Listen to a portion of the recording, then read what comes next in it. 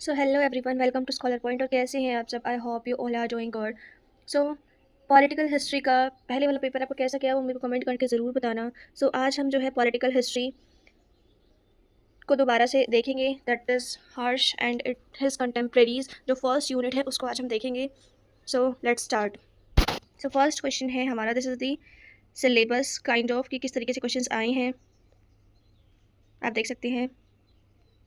So topic one is Shashank. Shashank is the king of Gauda, it means Bengal. पुराना नाम था, old name of Bengal is Gauda. Shashank most powerful king थे बंगाल के early 7th century में, 6th में नहीं 7th सेंचुरी में। और वह फाउंडर थे गोड़ा किंगडम यानी कि एंशियंट बंगाल के। और वह हर्ष के ग्रेटेस्ट एनिमी थे और फर्स्ट हिंदू किंग थे बंगाल के जिन्होंने बुद्धिस्ट पावर को अपोज किया।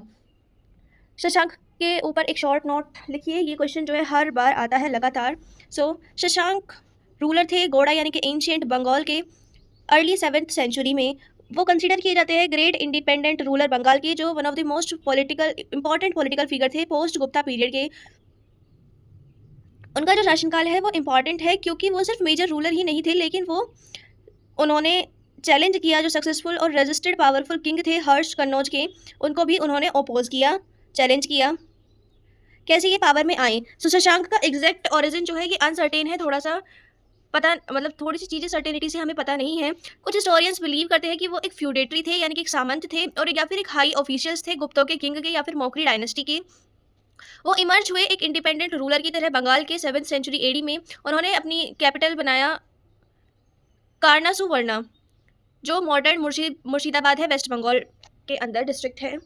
उन्होंने अपनी पावर को क्विकली एक्सपेंड किया। मगध को उन्होंने कंकोर किया, कुछ उड़ीसा के पार्ट्स को उन्होंने कंकोर किया और खुद को जो है ईस्टर्न इंडिया का मोस्ट पावरफुल रूलर इस्टेब्लिश कर दिया। उन्होंने मिलिट्री अलायंस बनाए देवगुप्ता, मालवा के देवगुप्ता के साथ में, और टुगेदर वो बन गए दोनों के anti Harsh coalition of that time, यानी कि हर्ष के खिलाफ उन्होंने एंटी चीज़ें तैयार कर ली दोनों ने मिलकर। पॉलिटिकल अचीवमेंट क्या रहे? उन्होंने मगध को कंकोर्ड किया, उन्होंने अपना जो एम्पायर है वो बंगाल से आगे तक बढ़ाया, बंगाल से लेकर बिहार तक कंट्रोल। और हिस्टोरिकली इंपॉर्टेंट था मगध रीजन, क्योंकि सारे के सारे राजा कहाँ से शुरू होते थे? मगध से ही वो सारा का सारा कंट्रोल करते थे। तो उन्होंने क्या किया, सबसे पहले मगध को ही जाके कंकोर्ड कर लिया। इस चीज़ से क्या हुआ कि उन्हें जो है पूरा का पूरा कंट्रोल मिल गया गंगा वैली के ट्रेड रूट्स के ऊपर। फिर उन्होंने कंट्रोल किया उड़ीसा को, अपना इन्फ्लुएंस बढ़ाया नदर्न उड़ीसा तक। और इससे क्या हुआ कि इंपॉर्टेंट जो सी ट्रेड थे यानी कि समुद्र से जो व्यापार होता था उनका भी उनको एक्सेस मिल गया। Assassination of Rajyavardhan. शशांक का मोस्ट नोटोरियस यानी कि वो फेमस थे एक बैड रीजन एक्ट के लिए। क्या किया उन्होंने? राजवर्धन जो एल्डर ब्रदर थे हर्ष के, वो किंग थे कन्नौज के, जो अपने फादर के मर्डर का रिवेंज लेने आए थे। तो शशांक ने ट्रेजरसली बीट्रे करके उनको मार दिया, जबकि ऐसा प्रिटेंड किया कि मैंने जो है शांति बनाई है। इस एक्ट ने जो है शशांक के Harsha model and this act made Shashank Harsha mortal enemy for life, यानी कि उन्होंने ये जो काम है काफ़ी बुरी तरीके से किया, क्योंकि उन्होंने जो है अपने भाई को, राजवर्धन को जो है मार दिया। फिर नेक्स्ट काम उन्होंने पॉलिटिकल अचीवमेंट में क्या किया? Alliance with Devagupta. उनके जो एले थे देवगुप्त ऑफ मालवा, उसने मर्डर किया था शशांक के ब्रदर इन लॉ गृहवर्मन का, जो राजश्री के हस्बैंड थे। तो इसने जो है शशांक और देवगुप्त को एनिमी बना दिया हर्ष का, इस तरीके से।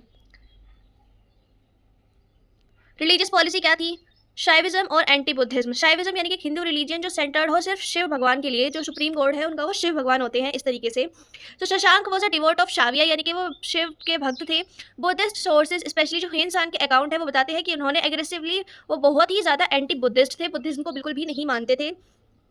उनका मोस्ट कॉन्ट्रोवर्शियल एक्ट क्या है कि अकॉर्डिंग टू हुइनसांग के अकॉर्डिंग शशांक ने जो है बोधि ट्री को कटवा दिया बोध गया के अंदर, जो मोस्ट इंपॉर्टेंट ट्री था जिसके नीचे बुद्ध को बैठ के एनलाइटमेंट प्राप्त हुआ था। Whether this actually happen is debated by historians. ये कंफर्म नहीं है, लेकिन फिर भी अकाउंट्स में तो लिखा ही हुआ है, लेकिन कुछ हिस्टोरियंस इस चीज़ के ऊपर डिबेट भी करते हैं। उन्होंने कई टेम्पल्स में जो है बुद्धा की जो इमेज थी उसको शिव भगवान से रिप्लेस करने की कोशिश भी की है। और उनको ये भी उन पे आरोप लगाया जाता है कि उन्होंने बुद्धा की जो मोनेस्ट्रीज थी उनको तोड़ा भी है। एग्जाम के लिए स्पेशली ये लिखेंगे हम कि जो हिस्टोरियंस है वो आज भी इस चीज़ पर डिबेट करते हैं। हुएनसांग एक डिवोटेड बुद्धिस्ट थे, तो क्या पता इसीलिए उन्होंने इस चीज़ के बारे में लिखा हो। कुछ इंस्क्रिप्शन शो करते हैं कि जो शशांक है उन्होंने ब्राह्मण्स को जो है ज़मीन भी दी थी। कंसिस्टेंट विद हिंदू के साथ में हिंदुइज्म को कंसिस्टेंट बनाए रखना, इसका मतलब यही नहीं है कि वो इंसान जो है एंटी बुद्धिस्ट होगा। ह्वेनसांग ने लिखा है, जो the king Shashank had cut the Bodhi tree and destroy the traces of Buddha, he replace the image of Buddha with an image of Maheshwara. यानी कि ह्वेनसांग ने अपनी किताब में लिखा है कि जो किंग है शशांक, उसने बोधि ट्री को कटवा दिया और बुद्धा के जो ट्रेसेस है उसको डिस्ट्रॉय करने की कोशिश की, और उसने जो इमेज है बुद्धा की उसको शिव भगवान की इमेज के साथ में रिप्लेस भी किया है।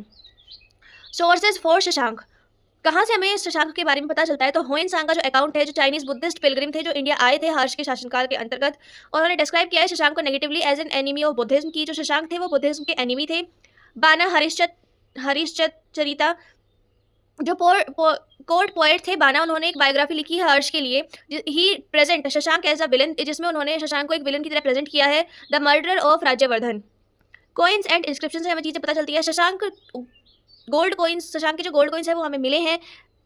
दे शो हिम एज गोड़ा राजा, यानी कि किंग ऑफ गोड़ा, वो दिखाते हैं कि वो जो थे वो बंगाल के राजा थे।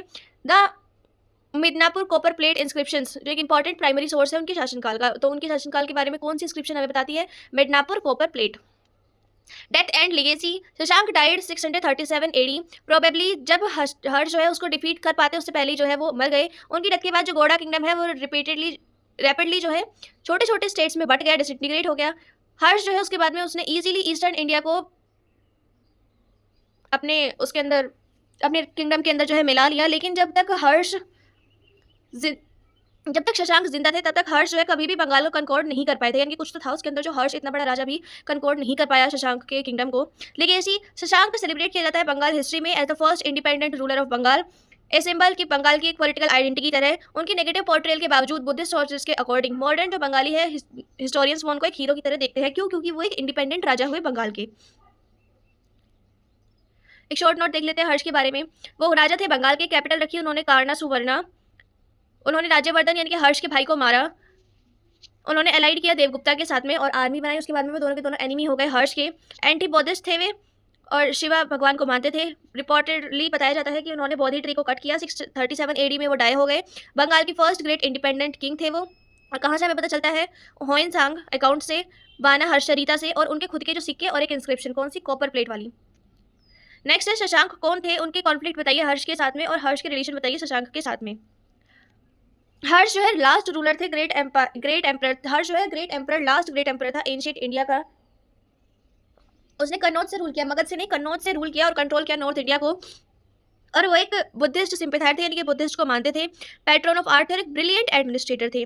शशांक जो है बंगाल के रूलर थे। शिवा हिंदू को वो मानते थे और मोस्ट पावरफुल किंग थे ईस्टर्न इंडिया के। उनका जो कॉन्फ्लिक्ट था वो डोमिनेटेड था पॉलिटिक्स को लेकर, जो थी अर्ली 7th सेंचुरी इंडिया के अंदर। क्या क्या कारण थे उनकी लड़ाई के? फर्स्ट कोज था मर्डर ऑफ राज्यवर्धन। ये डायरेक्ट कोज था। राज्यवर्धन जो है हर्ष के एल्डर ब्रदर थे और राजा थे कन्नौज के। जब हर्ष की सिस्टर राजश्री का जो हस्बैंड था ग्रहवर्मन, जो कन्नौज के किंग थे, वो मर्डर कर दिए गए थे देवगुप्त ऑफ मालवा के द्वारा। तो राज्यवर्धन ने जो है उनको पनिश किया, लेकिन और देवगुप्त को हराया। बट उसके बाद में जो शशांक था उसने देवगुप्त के एले को ट्रेंजियसली इनवाइट किया और उसके बाद में दोनों ने मिलकर राज्यवर्धन को मार दिया। ये मर्डर जो है हर्ष को, शशांक को अनफॉरगिविंग एनिमी बनाता है, यानी कि कभी भी वो उसको माफ नहीं कर सकते। इस तरीके का एनिमी उसने बना दिया शशांक को। किसका? हर्ष का। पहला कोर्स तो ये हुआ। Second reason, rescue of Rajyashri. Rajyavardhan के मर्डर के बाद में शशांक और देवगुप्त ने हर्ष की सिस्टर राजश्री को बंदी बना लिया। हर्ष जो एक यंगर प्रिंस थे उस टाइम पे, उसने शपथ ली कि वो अपनी बहन को वापस छुड़ा के लेके आएंगे या फिर वो ट्राई करते करते मर जाएंगे। ये जो पर्सनल विजन था ये फाउंडेशन बन गया एंटी शशांक कैंपेन का। थर्ड कोर्स था पॉलिटिकल राइवलरी। जो दोनों ही रूलर्स थे वो डोमिनेट करना चाहते थे गंगा वैली को, क्योंकि गंगा वैली रिचेस्ट और मोस्ट इंपॉर्टेंट रीजन थी नॉर्थ इंडिया की। बंगाल नेचुरली कंपीटेड था कन्नौज के साथ में गंगेटिक प्लेन्स को कंट्रोल करने के लिए। नेक्स्ट है रिलीजियस एंटागोनिज्म। हर्ष जो है सपोर्टर थे बुद्धिज्म के अपनी बाद की लाइफ में। शशांक जो है एग्रेसिवली हिंदू में शिव भगवान को मानते थे, शैवा हिंदू थे वो। और ये रिपोर्ट किया जाता है कि उन्होंने बुद्धिस्ट साइट जो थी उनको डिस्ट्रॉय करने की कोशिश की है और किया भी है। दिस रिलीजियस डिफरेंस जो है ऐड करता है उनकी राइवलरी में और ज़्यादा फ्यूल। कॉन्फ्लिक्ट के इवेंट क्या क्या थे? फेज 1, हर्ष का राइज होना। एक 16 साल का हर्ष जिसके ब्रदर का मर्डर हो चुका हो, उसने आर्मी को असेंबल किया, अपनी मिलिट्री कैंपेन को बिगिन किया और एक फेमस वाव बनाया जो बाना भट्ट की हरिश्चरित्रा में डिस्क्राइब किया जाता है कि वो या तो अपनी ब्रदर का रिवेंज लेंगे या फिर पूरे के पूरे वर्ल्ड को कनकोर कर लेंगे। बाना भट्ट हर्षचरिता की फेमस लाइन बुक से ही उठाई हुई। Until I have freed my afflicted sister from captivity and punish the murder of my brother, I shall not step the shade of a roof nor eat food prepare by fire. वो कहते हैं कि उन्होंने oath ली थी कि जब तक मैं अपनी बहन को उनके कैप्चर से छुड़ा नहीं लेता, जब तक मैं अपने भाई के मर्डर को मार नहीं देता, पनिश नहीं कर देता, तो तब तक मैं जो है ना तो एक छत के नीचे बैठूंगा, ना ही फायर से पका हुआ यानी कि आग में जो पका हुआ खाना है मैं वो खाऊंगा। Phase second, alliance with Bhaskar Varman. Harsha का मास्टर स्ट्रोक क्या था? उसने एक अलायंस बनाया भास्कर वर्मन के साथ में, जो असम के जो किंग थे, जो खुद एक शशांक के राइवल थे। इसने जो है हर्ष को एक मोस्ट पावरफुल ईस्टर्न एली दे दी, जो शशांक पर अटैक करने के लिए ईस्ट से, और जो शशांक है वो वेस्ट से अटैक करते हैं, और ये था उनकी एक प्राइजर स्ट्रैटेजी, यानी कि एक जो है अटैक करेगा वेस्ट से, दूसरा अटैक करेगा ईस्ट से, और दोनों जो है मिलकर खत्म कर देंगे। थर्ड फेज क्या था? हर्ष का रेस्क्यू करना राजश्री को। हर्ष ने ईस्ट की तरफ से मार्च किया, राजश्री को एस्केप करवाया उनकी प्रिजन से विंध्य फॉरेस्ट में घूमते हुए, और Harsha found her just in time and save her. जब वो राजश्री पहले ही वहां से एस्केप कर चुकी थी, लेकिन वो विंध्या फॉरेस्ट में घूम रही थी और अपने आप को जो है जलाने ही वाली थी, तभी हर्ष ने उसको ढूंढ लिया और बचा लिया। और ये जो पर्सनल जीत है, ये इसने जो है स्ट्रेंथन कर दिया हर्ष के मोटिवेशन को। फोर्थ फेज था मिलिट्री कैंपेन अगेंस्ट शशांक। हर्ष ने लॉन्च किए मल्टीपल कैंपेन शशांक के किंगडम के ऊपर। हाउएवर एनॉर्मस मिलिट्री पावर के होते हुए भी हर्ष जो है कभी भी उस बंगाल के एम्पायर को कंट्रोल नहीं कर पाए। फेज 5 द ग्रेट पावर, जो लगातार लड़ती रही और कॉन्फ्लिक्ट जो है एंड हुआ एक सेटलमेंट के साथ में, उनकी लाइफ टाइम के साथ में। जो शशांक का गोड़ा किंगडम था वो इंडिपेंडेंट ही रहा शशांक की डेथ तक। फेज 6 शशांक की डेथ के बाद जब शशांक मरे तो जो गोड़ा किंगडम था वो कोलैप्स हो गया। हर्ष जो है ईस्टर्न इंडिया की तरफ उन्होंने मूव किया और सारी की सारी टेरिटरी को आराम से एब्जॉर्व कर लिया। लेकिन ये तब हुआ जब शशांक की जो डेथ है वो हो गई, उससे पहले जो है वो कंकॉर्ड नहीं कर पाए हर्ष कभी भी गोड़ा किंगडम को। आउटकम और सिग्निफिकेंस क्या है इस कॉन्फ्लिक्ट का? पॉलिटिकल आउटकम क्या हुआ? पूरी लाइफ टाइम में नीदर जो है राजा हारा और ना ही उसने कभी भी डिफीट ली। शशांक ने मेंटेन किया बंगाल की इंडिपेंडेंस को अपने शासनकाल के दौरान। हर्ष ने जो है कंट्रोल किया नॉर्थ इंडिया को, लेकिन कभी भी बंगाल को वो कंकॉर्ड नहीं कर पाए। रिलीजियस सिग्निफिकेंस क्या रहा इस चीज़ का? ये जो कॉन्फ्लिक्ट है रिलीजियस डायमेंशन का, बुद्धिस्ट हर्ष वर्सेस शैवा शशांक, ये रिप्रेजेंट करता है ब्रॉडर टेंशन बिटवीन बुद्धिज्म और रिसर्जेंट हिंदू और ब्राह्मणिकल ट्रेडिशन के। हिस्टोरिकल क्या सिग्निफिकेंस रहा इस चीज़ का? जो ये कॉन्फ्लिक्ट है ये शो करता है पोस्ट गुप्ता इंडिया को कि वो एक पॉलिटिकल वैक्यूम नहीं था। मल्टीपल पावरफुल रीजनल किंग थे, शशांक, भास्कर वर्मन, देवगुप्त, जो कम्पीटेड थे फायरसली। हर्ष जो है वो ग्रेटेस्ट थे, लेकिन और सिर्फ महान तो थे वो, लेकिन सिर्फ अकेला वो ही पावर में नहीं था। जैसे गुप्तों के टाइम पे सिर्फ गुप्ता पावर थी, मौर्यंस के टाइम पे सिर्फ मौर्यंस की पावर थी, लेकिन हर्ष के टाइम पे और भी बहुत से किंग थे, वो अकेला नहीं था। बंगाल के लिए जो the conflict gave Bengal its taste of political independence and pride. जो बंगाल का युद्ध था उसने बंगाल को क्या दिया? पॉलिटिकल इंडिपेंडेंस और प्राइड दी। शशांक का जो रेजिस्टेंस था बंगाल में एस्टेब्लिश किया tradition of Bengal as powerful independent political entity. याद रखने की चीज़ क्या है कि हर्ष और शशांक का कॉन्फ्लिक्ट के कॉजेज क्या थे? मर्डर और Rajyavardhan, kidnapping of Rajeshwari, political rivalry of Ganga valley, religious difference. Event क्या हुए? हर्ष ने वाव लिया, अलायंस किया भास्कर वर्मन के साथ में, मल्टीपल कैंपेन को लॉन्च किया, उसके बाद में स्टेलमेट हुई। आउटकम क्या हुआ? शशांक डाई हो गया इंडिपेंडेंटली। हर्ष कभी भी बंगाल को उसके जीते जी कंकॉर्ड नहीं कर पाया। नेक्स्ट क्वेश्चन है describe the contemporary rulers of Harsha with special reference to Shashank. The age of Harsha's and its contemporaries. Harsha ने रूल किया one of the most important politically tribute period Indian history के अंदर, जो पोस्ट गुप्ता एरा था, जब ग्रेट एम्पायर कोलैप्स हो गया और रीजनल पावर जो है डोमिनेंस में आई। ये हर्ष को समझने के लिए हमें जो है रिमार्केबल रूलर्स और उनके कंटेम्प्रेरीज को भी समझना होगा। ये इंक्लूड करते हैं शशांक जो बंगाल में थे, भास्कर वर्मन जो असम में थे, देवगुप्त जो मालवा में थे, और पुलकेशिन सेकंड जो दक्कन में थे। शशांक ऑफ गोड़ा मोस्ट इंपॉर्टेंट है। फुली अकाउंट हम क्वेश्चन 1 और 2 में इसके बारे में पूरे पढ़ चुके हैं। ओवरव्यू देख लेते हैं। ये किंग थे, बंगाल की कैपिटल थी इनकी कारणासुवर्णा। हर्ष की ग्रेटेस्ट एनिमी थे। इन्होंने राज्यवर्धन को मारा, जबरदस्ती धोखे से मारा, जो एक डायरेक्ट कोज है हर्ष और शशांक के युद्ध कॉन्फ्लिक्ट का। एलाइड किया इन्होंने देवगुप्ता ऑफ मालवा के साथ में हर्ष के अगेंस्ट। रिलीजियस पॉलिसी क्या थी? ये शिव भगवान को मानते थे, एंटी बुद्धिस्ट थे। मिलिट्री अचीवमेंट क्या है? इन्होंने बंगाल को, मगध को, पार्ट ऑफ उड़ीसा को जो कंट्रोल किया। हर्ष को लाइफ टाइम रेजिस्ट करते रहे और इंडिपेंडेंटली डाई हुए। लेगेसी फर्स्ट इंडिपेंडेंट किंग थे ये बंगाल के। सेकंड है देवगुप्त ऑफ मालवा। देवगुप्त एक रूलर थे मालवा के, और वो जो है वो शशांक के की एली थे वेस्टर्न इंडिया के अंदर। उनका मोस्ट इंपॉर्टेंट एक्ट है कि उन्होंने ग्रेवर्मन को मारा, जो किंग थे कन्नौज के और हस्बैंड थे हर्ष की सिस्टर राजेश्वरी के। इसने जो है पूरी की पूरी कोज किया पूरी की पूरी पॉलिटिकल क्राइसिस का। देवगुप्त के मर्डर के बाद में, जब देवगुप्त ने मर्डर किया ग्रहवर्मन का, तो उसने राजेश्वरी को कैप्चर कर लिया और उसको बंदी बना लिया।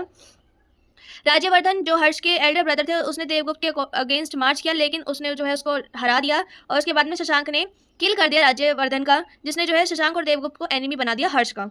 हर्षवर्धन के मर्डर के बाद में हर्ष राइज हुए, देवगुप्त जो है क्विकली डिफीटेड हो गए और हर्ष के द्वारा मारे गए, और वो ज़्यादा देर तक नहीं टिके।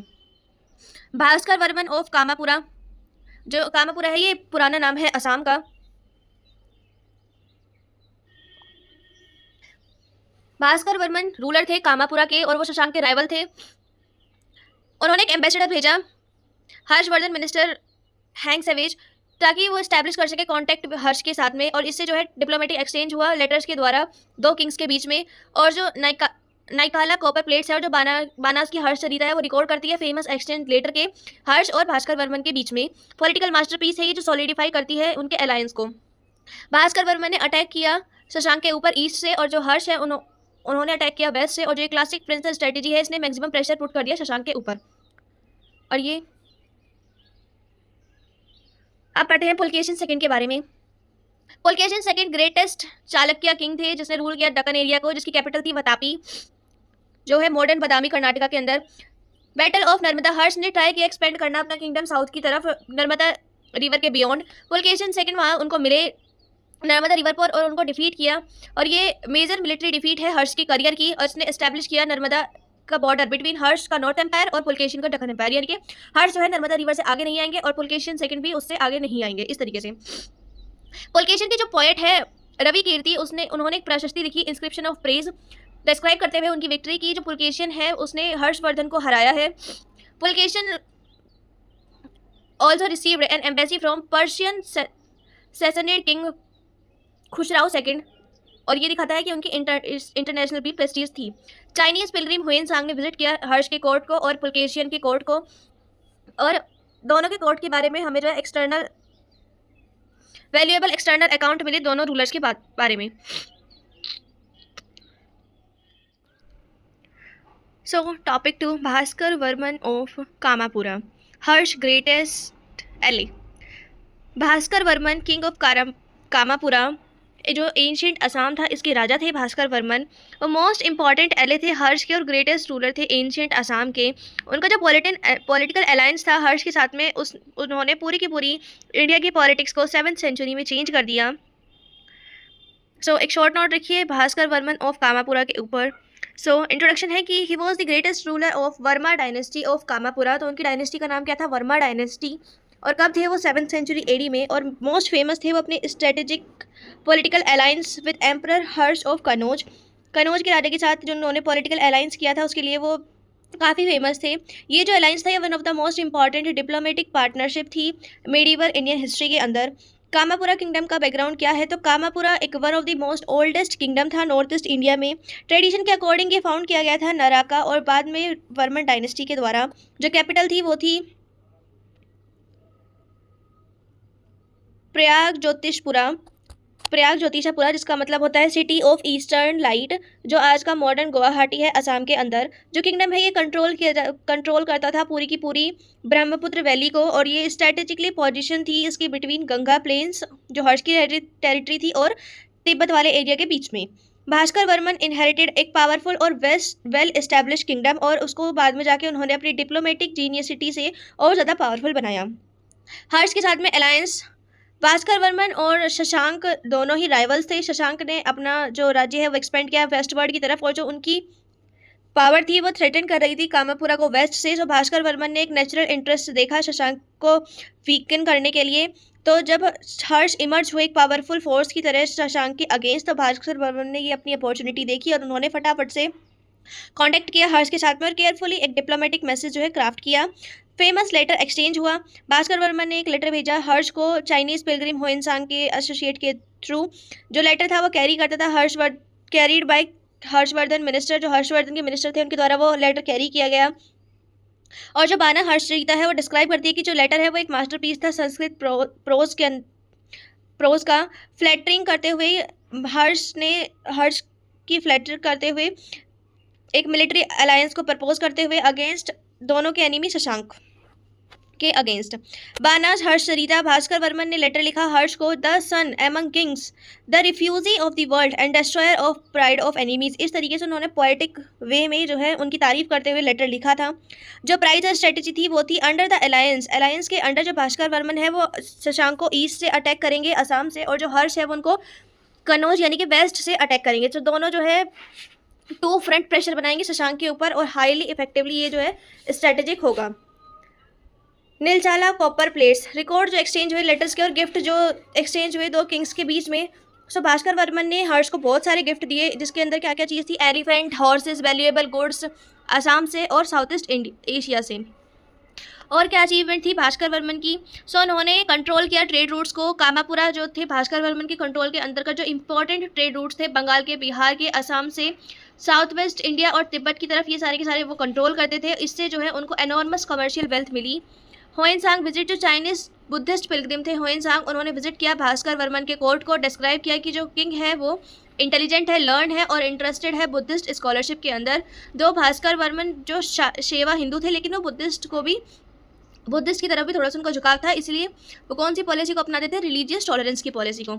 Educated and literary, Bhaskar Varman एक खुद स्कॉलर थे। उन्होंने वो बुद्धिस्ट और हिंदू को डिस्कस करा था। उन्होंने फिलोसफी होयनसांग के साथ में, हिंदू फिलोसफी होयनसांग के साथ में उन्होंने ऑनर किया स्कॉलर्स को और पोएट्स को उनके कोर्ट के अंदर।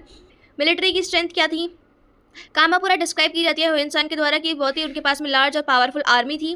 भास्कर वर्मन जो है एक फॉर्मिडाइल फोर्स के द्वारा जो है उन्होंने फील्ड किया था। रिलीजियस टॉलरेंस की पॉलिसी अपनाते थे, वो मैंने अभी बताया। सोर्सेज कहाँ से पता चलता है हमें उनके बारे में? बाना हर्षचरिता जो प्राइमरी सोर्स है, और ये ही बताती है हमें लेटर के बारे में भी। होयनसांग के अकाउंट भी हमें उनकी फिजिकल अपीयरेंस के बारे में, उनकी पर्सनैलिटी और उनकी किंगडम की प्रॉस्पेरिटी के बारे में बताती है। Nilkala copper plates and other inscriptions archaeological evidences हैं भास्कर वर्मन के शासनकाल की। Death and legacy, Bhaskar Varman मरे बिना किसी क्लियर हायर के। उनकी डेथ के बाद में वर्मन डायनेस्टी एंड हो गई और कामापुरा जो है किसी न्यू रूलिंग फैमिली ने जो है टेक ओवर कर लिया। हाउएवर उनका रोल जो है इंडियन हिस्ट्री के अंदर वो सिक्योर्ड है उनके अलायंस की वजह से, जो उन्होंने हर्ष के साथ में अलायंस किया। लिगेसी, भास्कर वर्मन सेलिब्रेट किए जाते हैं असम के ग्रेटेस्ट एंशियंट रूलर। उनकी जो ब्रिलियंट स्ट्रेटेजी थी हर्ष के साथ में अलायंस बनाने की, वो उनको और उनका जो कल्चर सोफिस्टिकेशन था वो उनको बहुत ही ज़्यादा इंप्रेसिव रूलर बनाता है पोस्ट गुप्ता इंडिया का। हर्ष के रिलेशन कैसे थे भास्कर वर्मन के साथ में? So political relationship between Harsha of Kannauj and Bhaskar Varman of Kamapura एक मोस्ट सिग्निफिकेंट डिप्लोमेटिक पार्टनरशिप थी उन दोनों की अर्ली मेडिवल इंडिया के अंदर। उनका जो अलायंस था वो था अगेंस्ट शशांक, जो बंगाल के राजा थे, उनके खिलाफ। जो रिलेशनशिप थी वो कंबाइन थी मिलिट्री स्ट्रेटेजी, डिप्लोमेटिक सोफिस्टिकेशन और जेन्युइन म्यूचुअल रिस्पेक्ट के अंदर। और उन दोनों को एक दूसरे की जरूरत क्यों पड़ी? हर्ष के परस्पेक्टिव से हर्ष को जो है नीड थी एलए की, क्योंकि ताकि वो ईस्ट से अटैक कर सके शशांक के ऊपर, जबकि वो खुद अटैक करेंगे फ्रंट से। और बैकवर्ड अटैक कौन करेगा? भास्कर वर्मन की पहले से शशांक के साथ राइवलरी थी, यानी कि वो पहले से एक दूसरे के एनिमी थे, तो ये एक दोनों का परफेक्ट पार्टनर बनने का जो है, इसलिए एक ये भी रीज़न था। ईस्टर्न वैली के बिना जो हर्ष है वो रिस्क फेस कर सकते थे, क्योंकि वहाँ पे जो है बंगाल के फॉरेस्ट थे और वो बैटल जो है हार सकते थे, इसीलिए उन दोनों को एक दूसरे की ज़रूरत थी। भास्कर वर्मन के पर्सपेक्टिव से क्या चीज़ें थी? शशांक वेस्टर्न वर्ल्ड एक्सपेंशन कर रहे थे कामापुरा को थ्रेटन करते हुए, सो उनको भास्कर वर्मन को थोड़ा सा जो है फियर था कि कहीं शशांक जो है अपनी पावर को ग्रो करके मेरा जो किंगडम है उसको अपने इख्तियार में ना ले ले, इसीलिए उन्होंने अलायंस फॉर्म की हर्ष के साथ में अपने एम्पायर को रैपिडली इंक्रीज करने के लिए। कॉमन एनिमी, शशांक जो है कॉमन एनिमी थे इन दोनों रूलर्स के। पॉलिटिक्स के अंदर शेयर्ड एनिमीज जो होते हैं वो एक स्ट्रॉन्गेस्ट अलायंस जो है क्रिएट करते हैं। अलायंस बिगिन कैसे हुआ? जो डिप्लोमेटिक मेरिकल है ये स्टार्ट कैसे हुआ? जो अलायंस है वो बिगिन हुआ एक रिमार्केबल एक्सचेंज ऑफ लेटर से चीज़ें स्टार्ट हुई। एक फाइनेस्ट एग्जांपल है इंडियन डिप्लोमेसी का, जो लिटरेचर के अंदर रिकॉर्ड हुआ है। भास्कर वर्मन ने एक फॉर्मल लेटर भेजा फ्रेंडशिप का और हर्ष के साथ में अलायंस का। जो लेटर है वो कंपोज है हाईली एजुकेटेड संस्कृत में, जो दिखाता है कि भास्कर वर्मन की खुद की लिटरेरी कल्टिवेशन कितनी अच्छी थी। बाना का जो अकाउंट है, हर्ष कोर्ट पोएट बाना डिस्क्राइब करते हैं कि जो लेटर है, और जो बाना भट्ट जो जिन्होंने हर्ष चरिता लिखी है वो डिस्क्राइब करते हैं उनके लेटर को अपनी बुक में। जो लेटर है वो प्रेज करती है हर्ष की क्वालिटीज़ को, और ये जो मिलिट्री अलायंसेस को प्रपोज करती है। ये एक परफेक्ट कॉम्बिनेशन है पॉलिटिकल प्रपोजल और फ्लैटरी का। हर्ष ने इस चीज़ को रिस्पॉन्ड किया पॉजिटिवली, उन्होंने अपने एम्बेसडर भेजे गिफ्ट के साथ में। भास्कर वर्मन ने जो है रेसिप्रोकेट किया उन वैल्यूएबल गिफ्ट्स को, हाथी, घोड़े और सारी चीज़ें भिजवा के साउथ ईस्ट एशिया ट्रेड से। और जो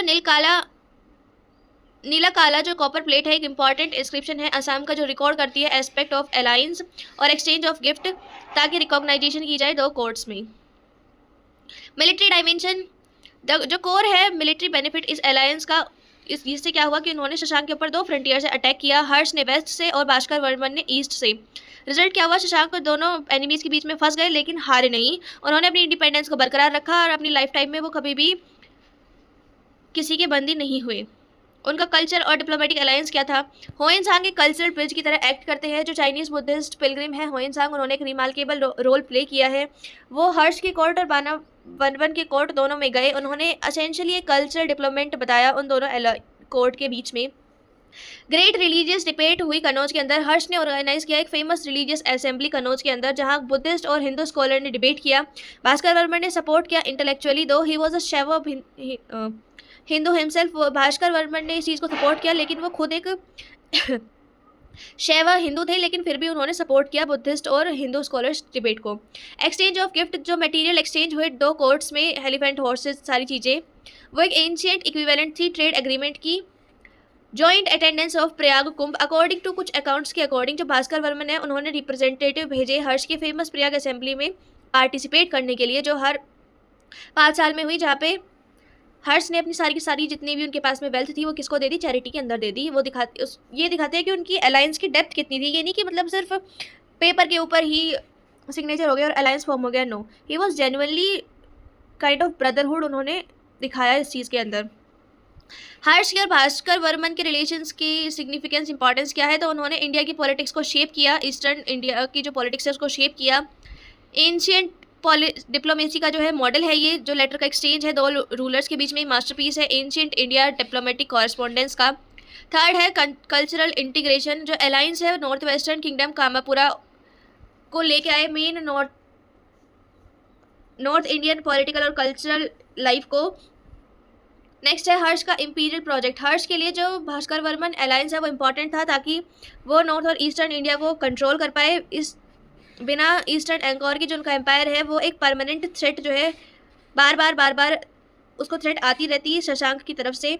असम गोल्डन एज, भास्कर वर्मन का जो अलायंस है हर्ष ने उसको रिकॉग्नाइजेशन दी और प्रेस्टीज दी कामापुरा को। असम का जो ग्रेटेस्ट एंशियंट मूवमेंट था नेशनल पॉलिटिकल स्टेज के अंदर।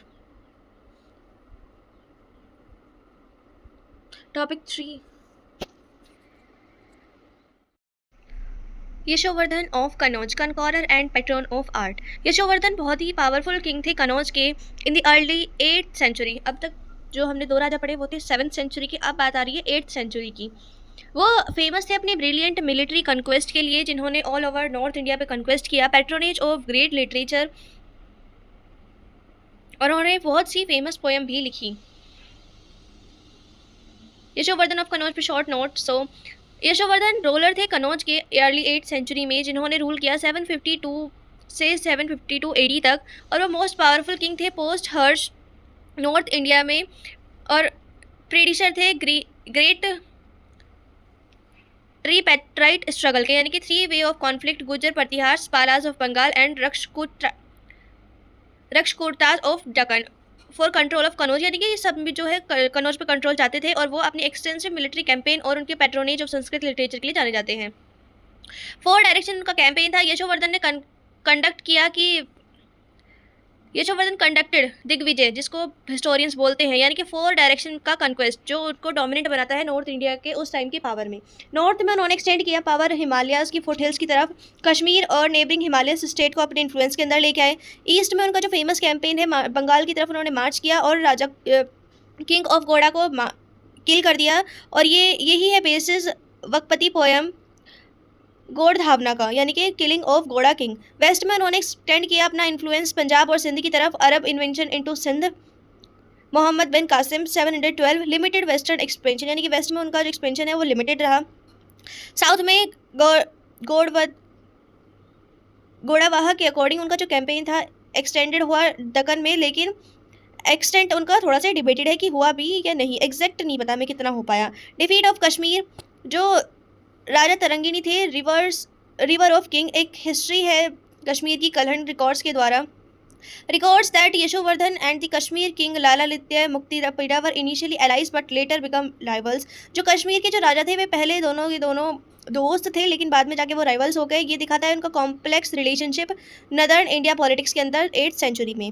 लिटरेरी पैट्रोनेज, यशोवर्धन सिर्फ एक कनकॉरर नहीं थे बल्कि ग्रेट पैट्रॉन थे लिटरेचर के, one of the finest era था उनका। वकपति, जो पोएट वकपति ने गोड़वाहा लिखी है प्राकृत लैंग्वेज में, सेलिब्रेट कर दिया यशोवर्धन के कन्क्वेस्ट गोड़ा किंग के ऊपर। ये पोएम प्राइमरी सोर्स है यशोवर्धन की मिलिट्री कैंपेन्स का।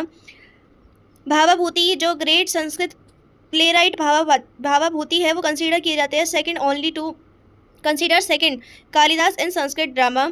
और कहाँ थे वो? यशोवर्धन के कोर्ट में। उनका फेमस प्ले है latest story of Rama, love story और Mahavira Charita, story of great hero Rama. Bhavabhuti Sanskrit drama है जो शेक्सपियर ने इंग्लिश थिएटर में जिसको जो है बोला जाता है। यशोवर्धन एज ऑथर, यशोवर्धन खुद ने उस संस्कृत प्ले लिखा है जिसका नाम है रामाभ्युदया, राइज ऑफ रामा। वो एक रेयर रूलर थे जिनके पास एक क्रिएटिव राइटर भी थे वो और एक ग्रेट कॉन्कॉरर भी थे। डिफीट एंड डेथ, यशोवर्धन का जो शासनकाल है वो ड्रामेटिकली एंड हुआ अराउंड 752 AD। वो डिफीट किए गए powerful king Lalitaditya Muktapida of Kashmir, जो आयरनिकली नेक्स्ट टॉपिक है हमारी यूनिट का।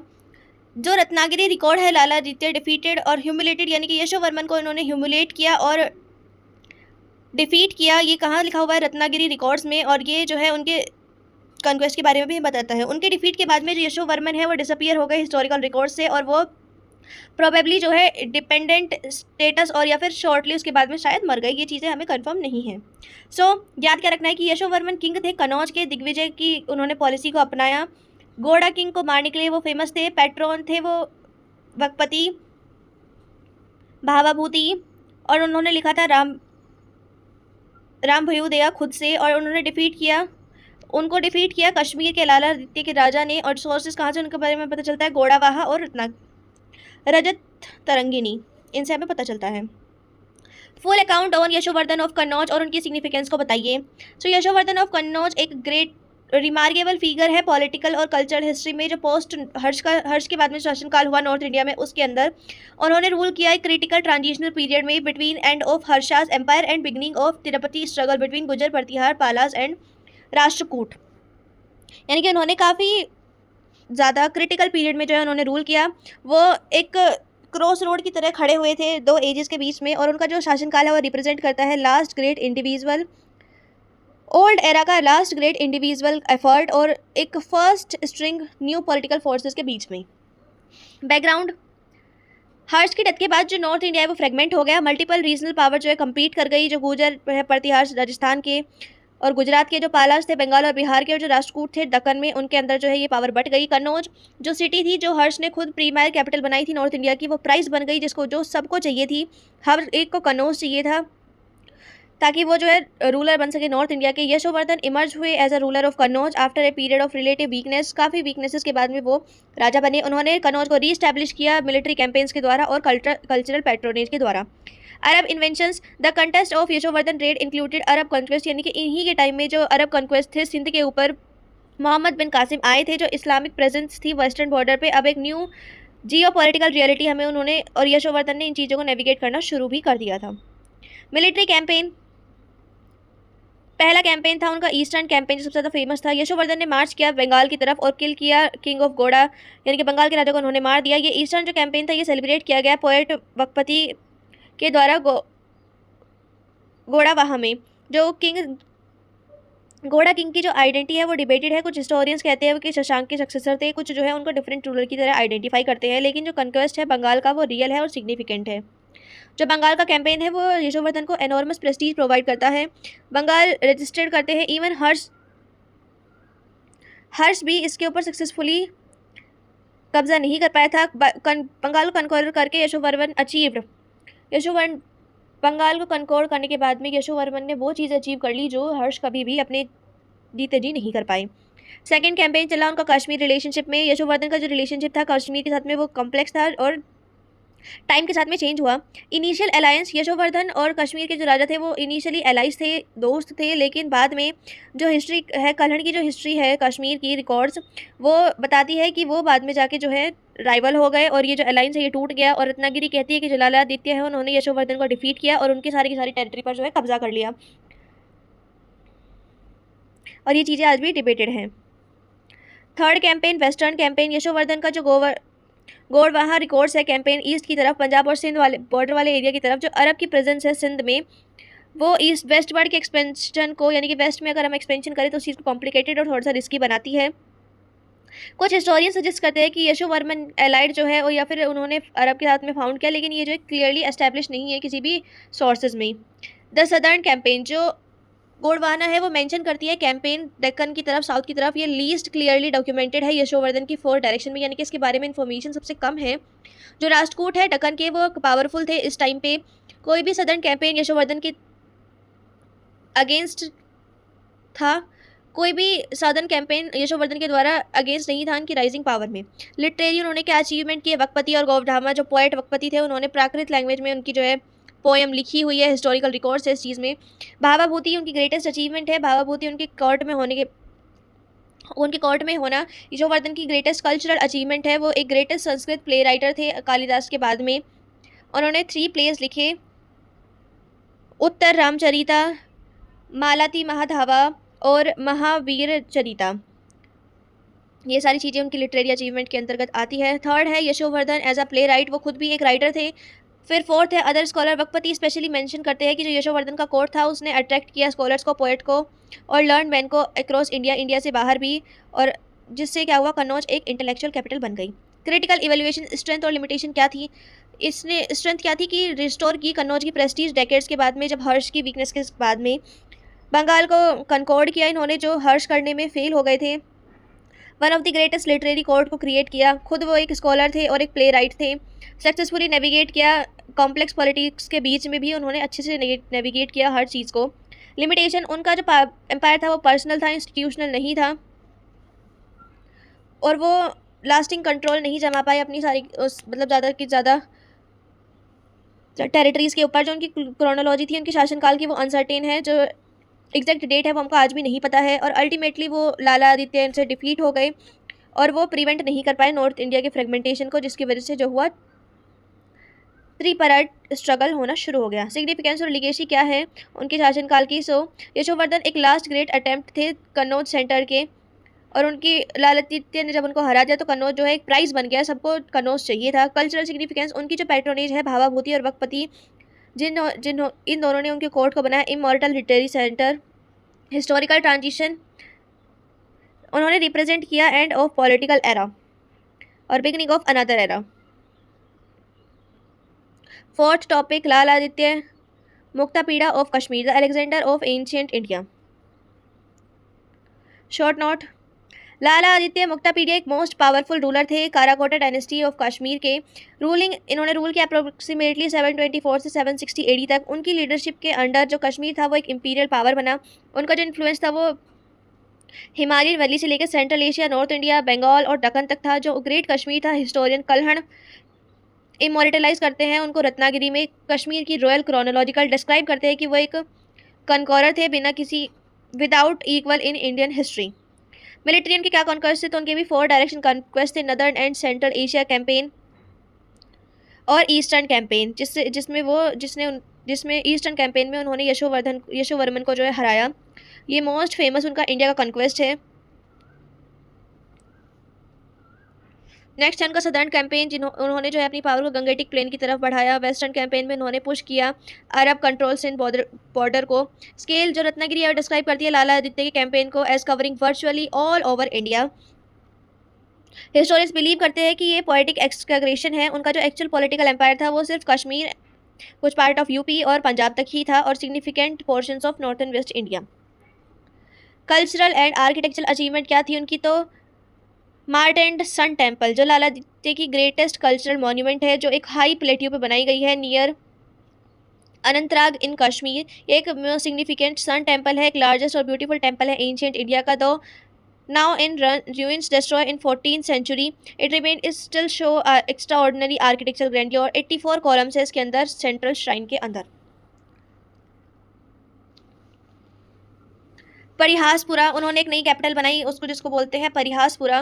ब्यूटीफुल बिल्डिंग्स थी उसमें, टेम्पल्स थे, बुद्धिस्ट मोनेस्ट्रीज थी, और जो आर्कियोलॉजिकल है वो फाइंड आउट भी हुए इसमें। Patronage of Buddhism and Hinduism, उन्होंने दोनों मोनेस्ट्रीज को बनवाया, हिंदू टेम्पल को भी और बुद्धिस्ट मोनेस्ट्रीज को भी, जो उनकी रिलीजियस टॉलरेंस को शो करते हैं। आर्ट एंड क्राफ्ट, उनकी पैट्रोनेज के अंदर जो आर्ट थी कश्मीर की वो बहुत अपनी ऊंचाइयों पे गई, और जो फेमस काश्मीरी शॉल है इंडस्ट्री के वो भी तभी इन्हीं के शासनकाल के अंतर्गत जो है अपनी ऊंचाइयों पे थी। रिलेशन कैसे थे हर्ष सक्सेसर और यशोवर्मन के, इनिशियली लाला आदित्य और यशोवर्मन एक के साथ दोनों का एक अलायंस था, लेकिन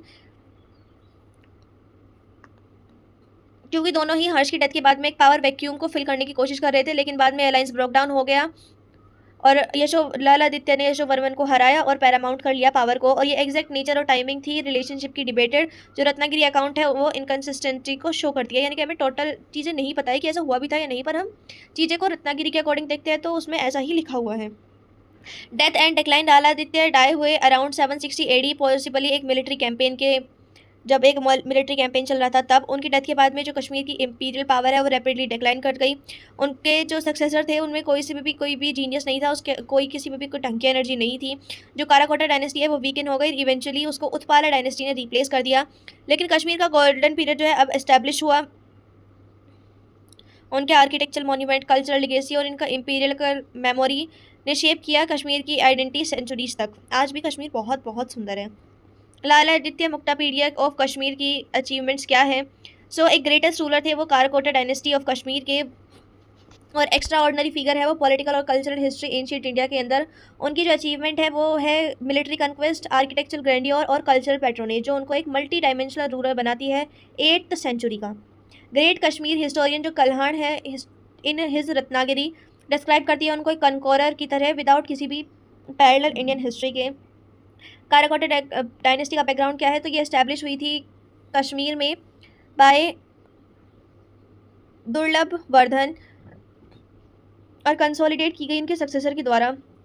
by the time Lala Aditya power में आए कश्मीर जो एक साइंटिफिक रीजनल पावर था, लेकिन लाला आदित्य के अंडर ये एक इंपीरियल पावर बन गया जो चैलेंजिंग था ग्रेटेस्ट किंगडम ऑफ इंडिया के अंतर्गत। और कश्मीर की जो जोग्राफिकल पोजीशन थी वो उसको हिमालय से प्रोटेक्ट करती थी और कनेक्ट करती थी सेंट्रल एशिया, तिब्बत और कुछ इंडियन के प्लेन के साथ में। मिलिट्री अचीवमेंट क्या थे? तो उन्होंने यशोवर्मन ऑफ कनौज को हराया, ये हम 10 बार पढ़ चुके हैं। कैंपेन अगेंस्ट तुर्क एंड अरब, लाल आदित्य ने कैंपेन कंडक्ट किया नॉर्थवर्ड की तरफ इंडिया को बढ़ाते हुए। उन्होंने रिपोर्टेडली डिफीट किया उनको और एक्सटेंड किया कश्मीर का इन्फ्लुएंस सेंट्रल एशिया की तरफ, और ये मोस्ट एक्स्ट्रा ऑर्डनरी पार्ट है उनके अचीवमेंट का। An Indian king campaigning successfully in central Asia. Eastern campaign extend करता है कश्मीर पावर गंगेटिक प्लेन्स में। सदर्न कैंपेन में उन्होंने पुश किया इन्फ्लुएंस सदर्न वर्ड का जो इन्फ्लुएंस था वो दक्कन की तरफ। डिफीट ऑफ गोड़ा, जो रत्नागिरी उनको क्रेडिट देती है कि उन्होंने बंगाल के राजा को हराया, ये शो करती है उनका एक्सटेंसिव यशोवर्मन की तरफ। कल्चरल एंड आर्किटेक्चरल एनवायरनमेंट, तो उन्होंने समिट टेम्पल बनाई, हमने अभी पढ़ा था। उन्होंने नई कैपिटल सिटी बनाई परिहासपुरा। न्यूमरस टेम्पल और मोनेस्ट्रीज उनके टाइम पे बनाए गए क्योंकि वो दोनों ही धर्म को मानते थे, बुद्धिस्ट को भी और हिंदू को भी। रिलीजियस टॉलरेंस की पॉलिसी को वो अपनाते थे। आर्ट्स एंड क्राफ्ट पैट्रोनेज, उन्होंने बहुत ज़्यादा इनके लाला आदित्य के टाइम पे जो कश्मीर की आर्ट थी और कश्मीर की जो हेरिटेज थी वो बिल्कुल पीक पे थी। एग्रीकल्चर डेवलपमेंट भी इस टाइम पे काफ़ी ज़्यादा हुआ। एडमिनिस्ट्रेशन और सिग्निफिकेंस, लाला आदित्य ने मेंटेन किया एक efficient administrative system. Ratnagiri mention कर दिया उनके इफिशिएंट यूज़ ऑफ रिवेन्यू और उनकी केयरफुल मैनेजमेंट जो उन्होंने टेरिटरी को कनकोड किया था उनमें। और वो फिर्म होने के लिए जाने जाते हैं, लेकिन रत्नागिरी उनको डिस्क्राइब करती है उनकी रूथलेसनेस को भी उनके एनिमीज़ के लिए और उनकी जेनरसिटी लॉयल सब्जेक्ट्स के लिए। और उन्होंने कन्क्वायर्ड वेल्थ इंटेलिजेंटली यूज़ किया, टेम्पल्स बनाए, सिटीज़ बनाई, आर्मीज़ को पैसे दिए, और उनका जो कैंपेन था वो सेल्फ फाइनेंसिंग था और ट्रिब्यूट और लूट of concord territories. Significance, politically क्या सिग्निफिकेंस रहा? उन्होंने ट्रांसफॉर्म कर दिया कश्मीर को एक रीजनल पावर से इंपीरियल पावर की तरफ। ये कश्मीर की हिस्ट्री में पहली और ये आखिरी बार हुआ था, एक ही बार हुआ है। उनके बाद में जो कश्मीर है वो दोबारा से सिग्निफिकेंट रीजनल पावर हो गया और दोबारा से कभी भी वो सेंट्रल एशियन इंपीरियल स्टेटस को क्लेम नहीं कर पाया। कल्चरली उन्होंने मार्टेंड सन टेम्पल और परिहासपुरा को रिप्रेजेंट किया, बिल्कुल पीक एंशियंट आर्किटेक्चर के अंदर। हिस्टोरिकली उनका जो करियर है वो रिप्रेजेंट करता है एक remarkable individual achievement Indian history के अंतर्गत, जो चैलेंज करता है डिफीटेड पावर सारे के सारे इंडिया के अंतर्गत। रत्नागिरीज गिफ्ट, उनका जो शासनकाल है वो एक best documented ancient Indian history का गिफ्ट है। एंशियंट इंडियन हिस्ट्री का बेस्ट डॉक्यूमेंटेशन है ये, क्योंकि कलहन रत्नागिरी डिवोटेड है एक्सटेंसिव पैसेजेस उन्हीं के लिए। और हम जो है लाला आदित्य के बारे में ज़्यादा जानते हैं, किससे ज़्यादा जानते हैं? जो पुराने एंशियंट रूलर हुए उनसे ज़्यादा हम जानते हैं लाला आदित्य के बारे में, तभी तो हम पढ़ पा रहे हैं इन सारी चीज़ों को। अब कुछ कंपैरिजन क्वेश्चन है जो आ सकते हैं, आप ये देख सकते हैं। बाकी ये सारी चीज़ें हम पढ़ चुके हैं, इस तरीके से देख सकते हैं आप किंगडम वगैरह। एनालिसिस, सिमिलरिटी और डिफरेंसेस क्या थे उनके अंतर्गत। और ये कुछ हाई प्रोबेबिलिटी क्वेश्चन है जो आ सकते हैं।